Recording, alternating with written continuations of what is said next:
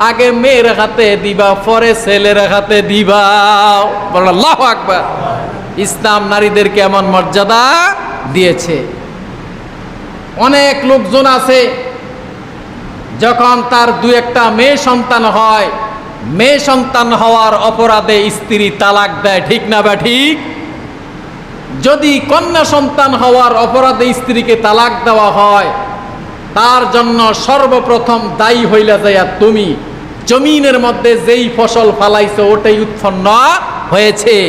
তাহলে বোঝা গেল পুরুষের হাতেও কোনো ক্ষমতা নাই, মহিলার হাতেও ক্ষমতা নাই। কন্যা দান করেন কে? ছেলে সন্তান দান করেন কে? আল্লাহ বলেন, আমি যাকে ইচ্ছা ছেলে সন্তান দান করি, মেয়ে সন্তান দেই না। আবার যাকে ইচ্ছা মেয়ে সন্তান দান করি, ছেলে সন্তান দেই না। আবার যাকে ইচ্ছা ছেলে সন্তানও দেই, মেয়ে সন্তানও দেই। আবার যাকে ইচ্ছা কোনো কিছুই দেই না। সব কিছুর ক্ষমতার মালিক কে? কথা বলো না কে? আল্লাহ পাক হলো সব কিছুর ক্ষমতার মালিক।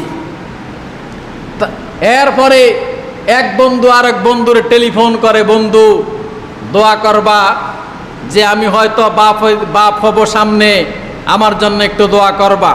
বা ঠিক আছে। যখন দেখা যায় মেয়ে সন্তান হয়েছে, 2 বছরও আর বন্ধুর সাথে যোগাযোগ নাই। একদিন হঠাৎ বন্ধু প্রশ্ন করে, তোমার কি সন্তান হয়েছে? তোকে তো বলতে ভুলেই গেছি, মেয়ে সন্তান হয়েছে। কি হয়েছে? মেয়ে সন্তান হয়েছে। বলেনি? বলে।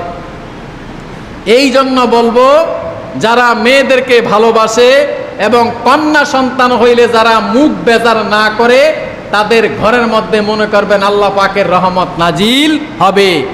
কন্যা সন্তানটা থাকা আল্লাহ পাকের বিশেষ রহমত।